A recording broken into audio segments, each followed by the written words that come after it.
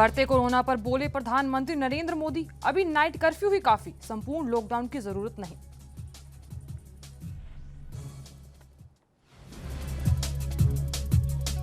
दिल्ली के सर गंगाराम अस्पताल के 37 डॉक्टर कोरोना पॉजिटिव, सभी को लग चुका टीका। 32 डॉक्टर होम क्वारंटीन, 5 अस्पताल में भर्ती। राजस्थान में बेकाबू हुआ कोरोना, रोकथाम के लिए सीएम अशोक गहलोत ने बुलाई बैठक। धारा 144 लागू करने के निर्देश।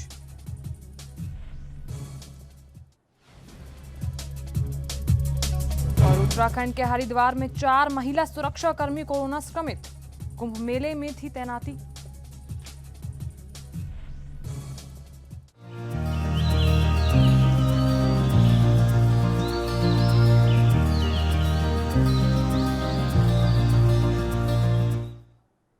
नमस्कार, एनबी न्यूज देख रहे हैं यहाँ पर। मैं हूं आपके साथ साधना बत्रा। बुलेटिन का आगाज करेंगे, लेकिन उससे पहले आपको बड़ी खबर क्यों ले चलते हैं। इस वक्त की बड़ी खबर तमाम दर्शकों को बता दें, कोरोना का कहर लगातार जारी है और इस वक्त की अहम खबर से आपको रूबरू करवा देते हैं। सर गंगाराम अस्पताल के 37 डॉक्टर कोरोना पॉजिटिव पाए गए हैं। आपको बता दें, दिल्ली में कोरोना का कहर लगातार जारी है और फिलहाल यहाँ जो मरीज कोरोना पॉजिटिव पाए गए हैं, सभी को कोरोना का टीका इसी के साथ लग चुका है और इस बीच 32 डॉक्टर होम क्वारंटीन किए गए। इस वक्त की अहम और बड़ी खबर, दिल्ली में कोरोना का कहर लगातार जारी है।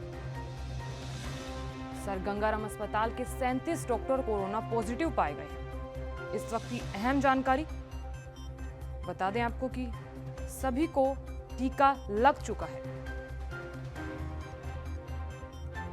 32 डॉक्टर होम क्वारंटीन किए गए हैं और फिलहाल 5 अस्पताल में भर्ती किए गए हैं। इस वक्त की अहम खबर, देश में और दिल्ली में कोरोना का बढ़ता कहर अपना कहर भरपा रहा है। ऐसे में अब जो खबर सामने आई है, सर गंगाराम अस्पताल के 37 मरीज कोरोना पॉजिटिव पाए गए हैं और यहां बताया भी जा रहा है कि सभी को कोरोना का टीका लगाया जा चुका है और फिलहाल 32 डॉक्टर होम क्वारंटीन किए गए हैं और 5 अस्पताल में भर्ती हैं। और इसी खबर पर अधिक जानकारी के लिए हमारे साथ हमारे संवाददाता राजीव तिवारी जुड़ रहे हैं। राजीव, लगातार कोरोना का कहर जारी है और ऐसे में अब खबर सामने आई है कि सर गंगाराम अस्पताल के 37 डॉक्टर कोरोना पॉजिटिव पाए गए हैं। क्या कुछ जानकारी? देखिए, बिल्कुल बताया, जैसे लगातार जो पूरे देश के अंदर लगभग 1,26,000 के करीब आंकड़े आए हैं, चौंकाने वाली स्थिति जरूर है। मगर बात करें डॉक्टरों की, तो दिल्ली के सर गंगाराम अस्पताल के अंदर 37 डॉक्टर भी संक्रमित पाए गए थे। इन सभी डॉक्टरों को टीकाकरण किया जा चुका था जी। मगर बात करें जिस तरीके से 32 डॉक्टरों को होम क्वारंटाइन के अंदर रखा गया है, बल्कि 5 डॉक्टरों को अस्पताल में भर्ती कराया गया है। मगर जिस तरीके से डॉक्टर क्या संक्रमित होते नजर आ रहे, तो साफ जाहिर है कहीं ना कहीं स्थिति बिगड़ती नजर आ रही है। मगर देश के अंदर लगातार कहीं ना कहीं स्थिति और ज्यादा बिगड़ रही है, क्योंकि जिस तरीके से पिछले 24 घंटे के अंदर 1,26,000 से ज्यादा नए मामले सामने आए हैं, तो वहीं दिल्ली के अंदर भी 7,000 से ज्यादा के आंकड़े सामने नजर आए हैं। जी, राजीव, आपसे जानना चाहेंगे कि डॉक्टर्स अगर कोरोना पॉजिटिव पाए गए हैं, तो फिर आम जनता तो फिर आराम से ऐसे लापरवाही बरती दिखाई देगी, क्योंकि प्रशासन भी अगर यहाँ पर सख्ती नहीं दिखाएगा और सरकार ने भी साफ तौर पर बोल दिया कि अगर नाइट कर्फ्यू लगाया गया तो संपूर्ण लॉकडाउन नहीं लगाया जाएगा। देखिए, जिस तरीके से सरकारों की बात करें तो राज्य सरकारें बिल्कुल कोशिश करती नजर आ रही है, मगर कोशिश धरातल पर इतनी कारगर साबित नहीं हो रही है। मगर जिस तरीके से वैक्सीनेशन का टीकाकरण भी किया गया है, उसके बाद भी डॉक्टर भी संक्रमित होते हैं, तो कहीं ना कहीं जरूर बिगड़ सकती है और कहीं ना कहीं वैक्सीन के ऊपर भी सवाल खड़ा होता है। मगर जिस तरीके से डॉक्टर अब संक्रमित हो रहे हैं, वो भी बड़े अस्पतालों के, सर गंगाराम के अस्पताल के भी 37 डॉक्टर एक साथ पॉजिटिव होना, तो कहीं ना कहीं स्थिति जरूर चौंकाने वाली हो रही है। मगर जिस तरीके से लगातार सरकारें कोशिश कर रही है, उससे भी कहीं ना कहीं सरकारें की मुश्किलें भी कम होती नजर नहीं आ रही, क्योंकि जिस तरीके से लापरवाही देखने को मिल रही है बाजारों के अंदर। और हमने कहीं इंदरलोक इलाके के अंदर भी देखा था, तो साप्ताहिक बाजार जो है वो लगातार इसी तरीके से चल रहे हैं और सोशल डिस्टेंसिंग बिल्कुल नहीं है। यहाँ तक कि मास्क का भी इंतजाम नहीं किया जा रहा है, मगर कहीं ना कहीं स्थिति जरूर बढ़ रही है और कहीं ना कहीं उसको समझने के लिए सरकारों को कड़े कदम उठाने चाहिए। जी राजीव, आपसे जानना चाहेंगे कि 5 लोगों को अस्पताल में भर्ती भी किया गया है, फिलहाल उनकी क्या कुछ स्थिति बताई जा रही है?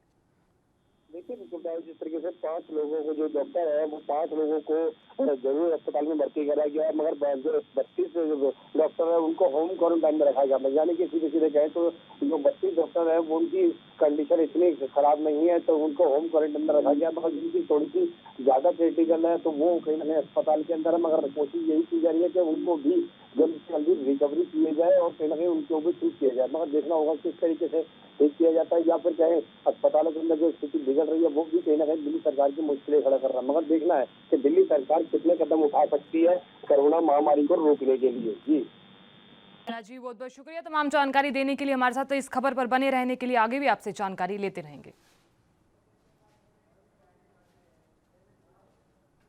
चलिए खबरों का आगाज कर लेते हैं। बंगाल में 3 चरण के चुनाव हो चुके हैं और ऐसे में चौथे चरण के लिए चुनाव प्रचार खत्म हो गया है। आपको बता दें कि शनिवार को वोट डाले जाएंगे और चुनाव प्रचार के अंतिम दिन उत्तर प्रदेश के मुख्यमंत्री योगी आदित्यनाथ बंगाल में बीजेपी के लिए प्रचार करने पहुंचे।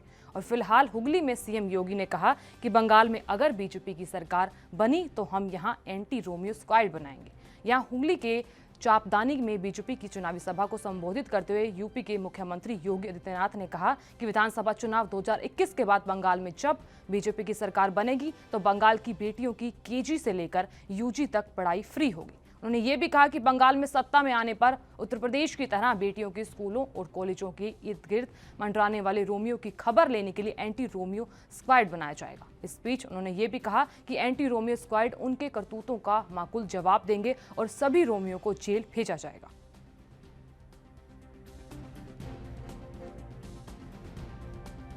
आपको बता दें कि बंगाल में सत्ता आई तो बनाया जाएगा एंटी रोमियो स्क्वाड। ये बात सीएम योगी आदित्यनाथ ने बोली। इस बीच आपको ये बता दें कि ये सब बातें सीएम योगी आदित्यनाथ ने हुगली में बोली, जहां वो अपनी जनसभा को संबोधित कर रहे थे। इस बीच ये सब बातें उन्होंने कही।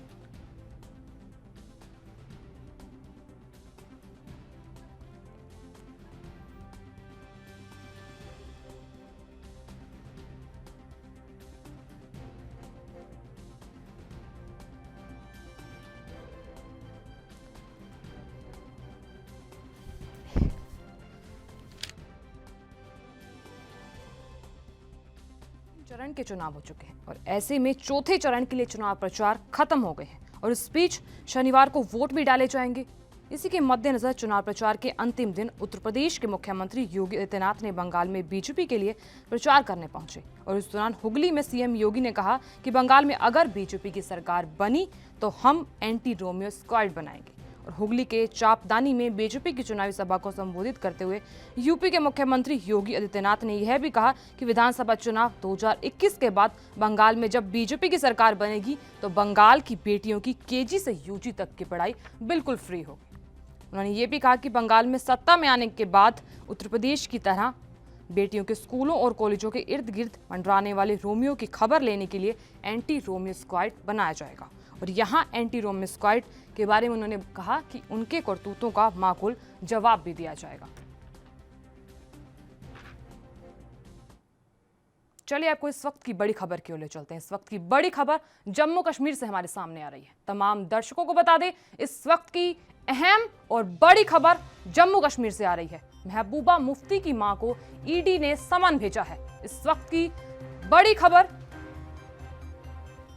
जम्मू कश्मीर से, इस वक्त की बड़ी खबर पीडीपी बोली राजनीति बदले की कार्रवाई की जाए। यहां 15 अप्रैल को मनी लॉन्ड्रिंग मामले में फिलहाल के लिए पूछताछ की जाएगी। बता दें इस वक्त की बड़ी खबर जम्मू कश्मीर से आ रही है।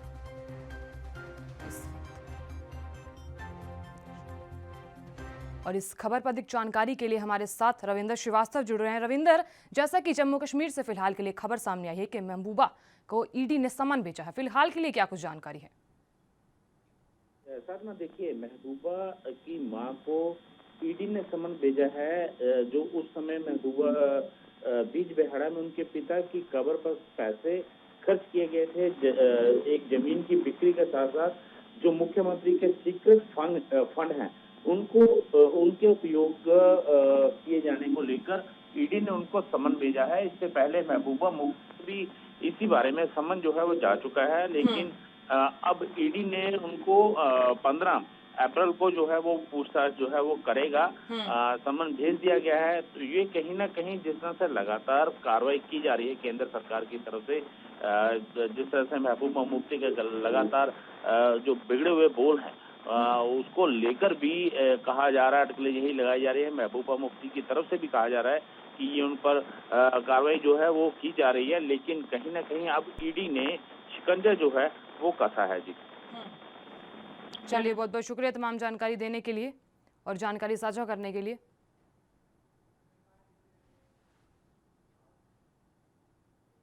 कई राज्यों में वैक्सीन की कमी के आरोप पर राजनीति लगातार जारी है और अब ऐसे में केंद्रीय मंत्री अश्विनी चौबे ने वैक्सीन की कमी पर हो रही राजनीति को दुर्भाग्यपूर्ण करार दिया है। आपको बता दें कि चौबे ने कहा कि हम हर घंटे जांच करते हैं कि कितनी वैक्सीन है और कितनी भेजी गई है।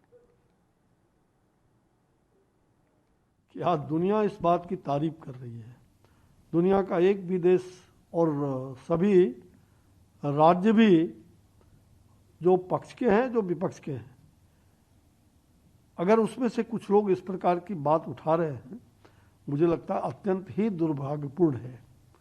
आपको मालूम होना चाहिए ये समय अभी कोई इस प्रकार के आरोप प्रत्यारोप लगाने का नहीं है। राजनीति करने के लिए काफ़ी समय है लोगों को, और सभी राज्यों को पर्याप्त मात्रा में हम लोगों ने वैक्सीन उपलब्ध कराए हैं। प्रत्येक कहीं न कहीं जो भी कमी है उसको 1 घंटे के अंदर हम लोगों को रिपोर्टिंग आती है। जो राज्य जितना अपने बारे में बोलता है उसको, और जिनका जितना वैक्सीन पड़ जाता है, सब कुछ उसके एक्सपर्ट हैं, विशेषज्ञ हैं, उसके आवंटन करता है। कहीं कोई कमी हम लोगों ने नहीं रखा है किसी भी राज्य के साथ, कोई भेदभाव नहीं। और प्रतिदिन जानकारी उससे ली जाती है, हर घंटे की मॉनिटरिंग होती रहती है, कितना वैक्सीन पड़ा, कितना भेजा गया, कितना पड़ा, कहाँ कहाँ किस सेंटर में कितना पड़ा, ये भी हम लोग राज्य के हर सेंटर का यहाँ पर डैशबोर्ड पर आ जाता है।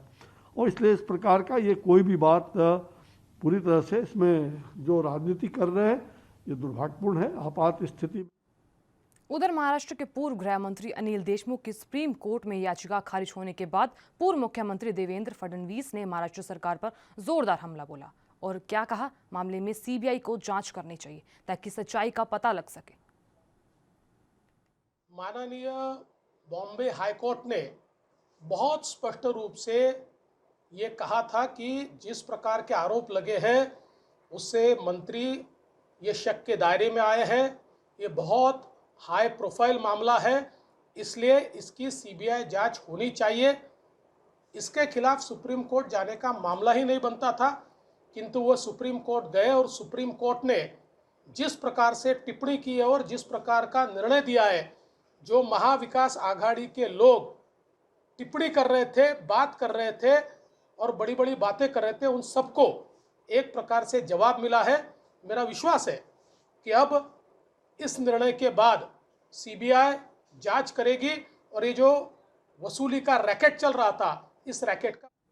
और यहाँ लेंगे एक छोटा सा ब्रेक, बने रहिए एएनबी न्यूज़ के साथ।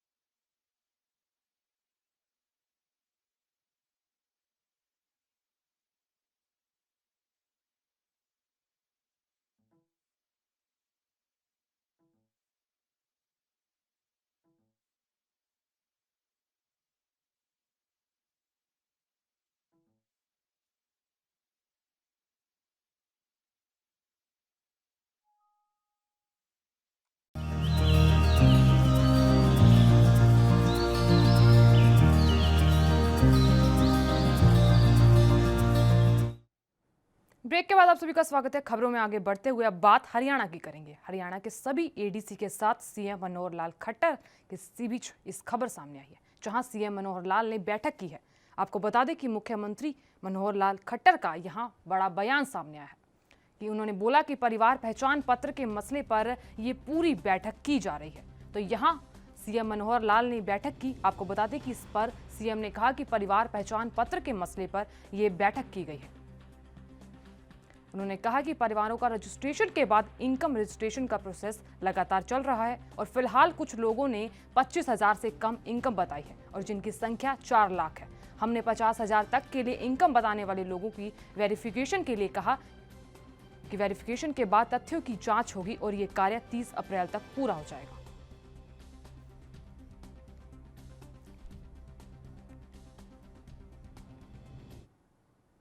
उधर देश में कोरोना की दूसरी लहर बेकाबू हो गई है और पिछले 24 घंटों में अब तक के सर्वाधिक 1 लाख से भी ज्यादा मामले सामने आए हैं और ये बेहद ही चिंता का विषय है। अकेले महाराष्ट्र की बात करें तो 60,000 से ज्यादा लोगों की कोरोना रिपोर्ट पॉजिटिव आई है और इस दौरान देश भर में 685 लोगों की मौत भी हुई है।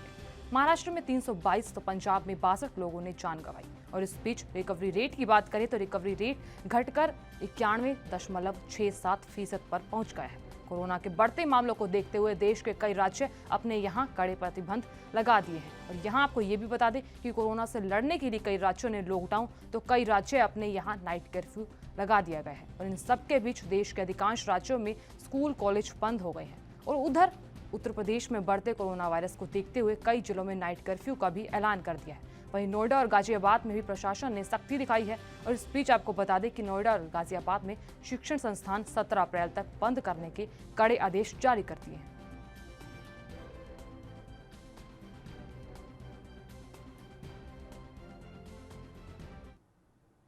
उधर राष्ट्रीय राजधानी दिल्ली में भी कोरोना का रफ्तार लगातार जारी है और ऐसे में दिल्ली में बीते 24 घंटों में कोरोना के 7,437 नए मामले सामने आए और ये इस साल का सबसे बड़ा दैनिक आंकड़ा है।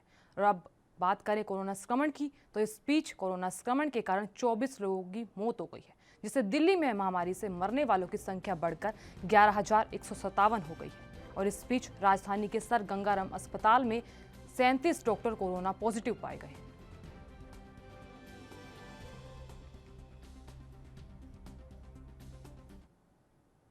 यूपी के मथुरा में कोरोना का कहर लगातार जारी है। ऐसे में आपको बता दें कि जिले में 85 कोरोना पॉजिटिव मामले आने के बाद स्वास्थ्य विभाग में हड़कंप मचा हुआ है और फिलहाल लोग कोरोना नियमों का पालन नहीं कर रहे हैं और यहाँ सोशल डिस्टेंसिंग का भी पालन नहीं किया जा रहा और ना ही मास्क का यूज किया जा रहा। आपको बता दें कि इसी के उल्लंघन के चलते कोरोना मरीजों में इजाफा हो रहा है।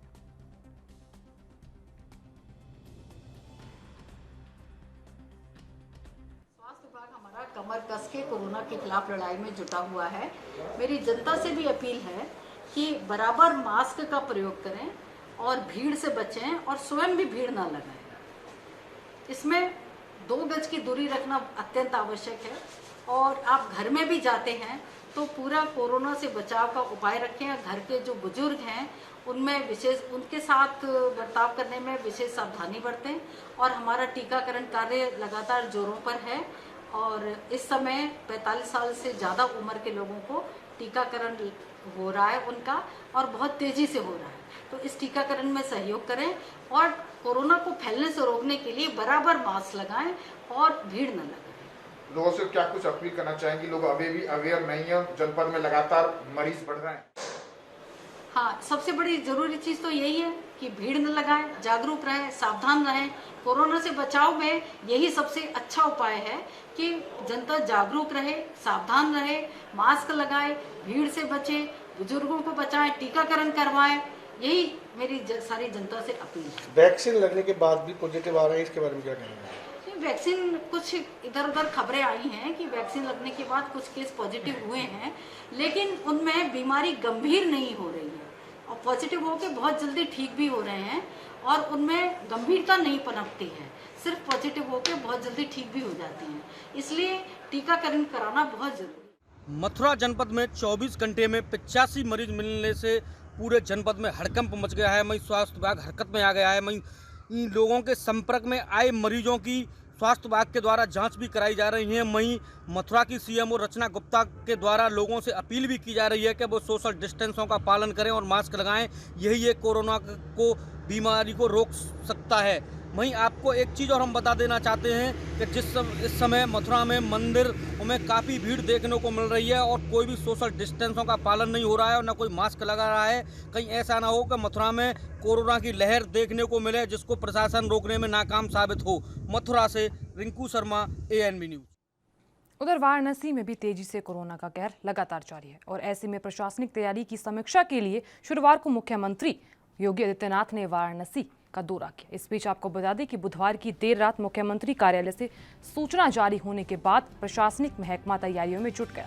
होली के बाद वाराणसी में अचानक कोरोना मरीजों की संख्या में इजाफा हो रहा है और दूसरी लहर में पिछले सभी रिकॉर्ड भी ध्वस्त हो गए हैं। अब बात पिछले 7 दिनों की करें तो पिछले 7 दिनों में 2697 नए मामले सामने आए हैं और फिलहाल बुधवार को कुल 595 मरीज मिले और तेजी से बढ़ रही मरीजों की संख्या को देखते हुए मुख्यमंत्री योगी आदित्यनाथ ने वाराणसी में तैयारियों की समीक्षा के लिए इस बीच वाराणसी आएंगे।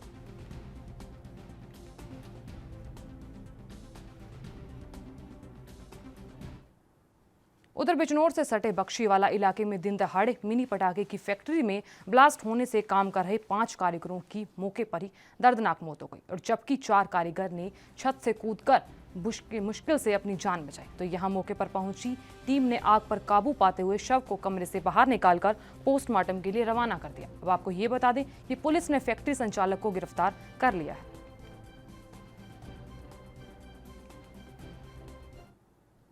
उधर हरियाणा के चरखी दादरी में किसानों की फसल को लेकर मंडी सचिव ने बताया कि आढ़तियों को ये निर्देश दिए गए कि मौसम में परिवर्तन हो रहा है और इस बीच बरसात हो सकती है और किसी भी किसान की फसल नहीं खराब ना हो और इसके लिए आढ़ती अपने तिरपाल का प्रबंधन करें। इस बीच उन्होंने कहा कि कई किसानों को रजिस्ट्रेशन मामले में दिक्कत आ रही है और जिनकी चकबंदी हो चुकी है और उनके लिए भी अलग से व्यवस्था की गई है। तो यहाँ आढ़तियों द्वारा कहा गया कि मंडी में किसान फसल बेचने आता है तो किसी भी प्रकार की कोई प्रॉब्लम नहीं होने दी जाएगी। तो यहाँ सभी तैयारियां की गई हैं और वहीं मंडी में एजेंसी द्वारा खरीदी गई बाजरे और अन्य फसलें अनाज मंडी में उठाने के लिए एजेंसी को लेख लिख दिया गया है।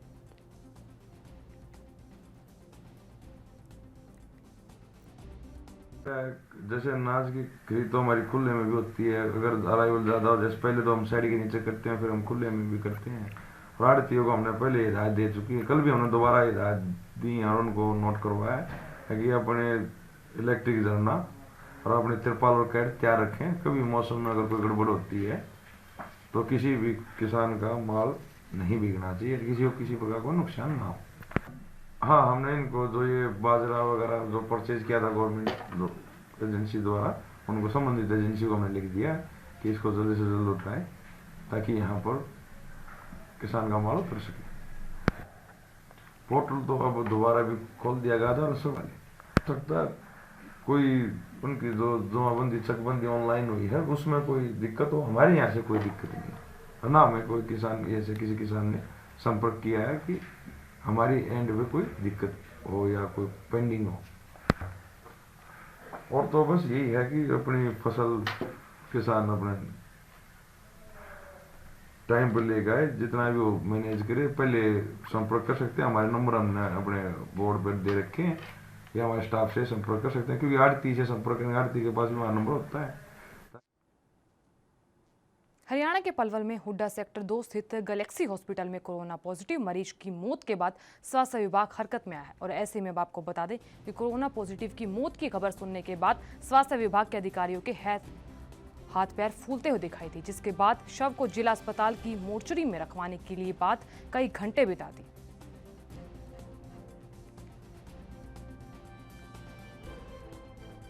से एक डेड बॉडी आई थी, सचिन सन ऑफ सुरेंद्र, जो 31 साल का मेल था और वो गैलेक्सी हॉस्पिटल से डेड बॉडी लाए थे।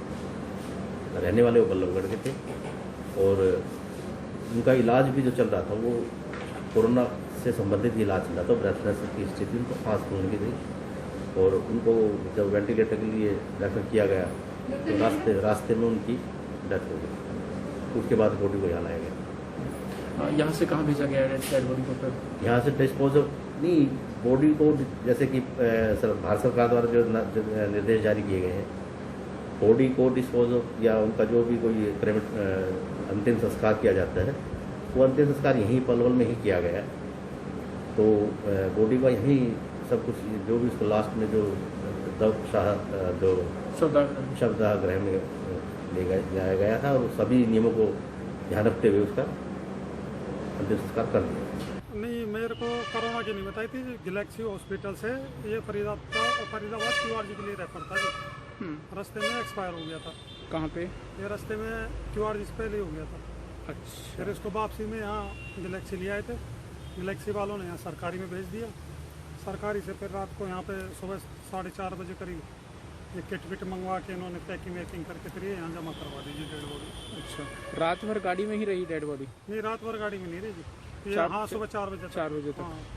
हाँ, कितने बजे लेके आए थे हॉस्पिटल में? ये जब ही ले आया था जी, यहाँ पे तो 3 बजे आ गई थी शाम को ना, रात में सुबह 3 बजे यहाँ 1 घंटे खड़ी रही थी। उसके परिजन आ रहे थे वहाँ से बल्लमगढ़ से, उसकी मम्मी और घर वाले। वो शीशा खोल के उसको दिखाया था उसको, और दिखाने फिलहाल के लिए इस बुलेटिन में इतना ही। आप देखते रहिए ANB न्यूज़। नमस्कार।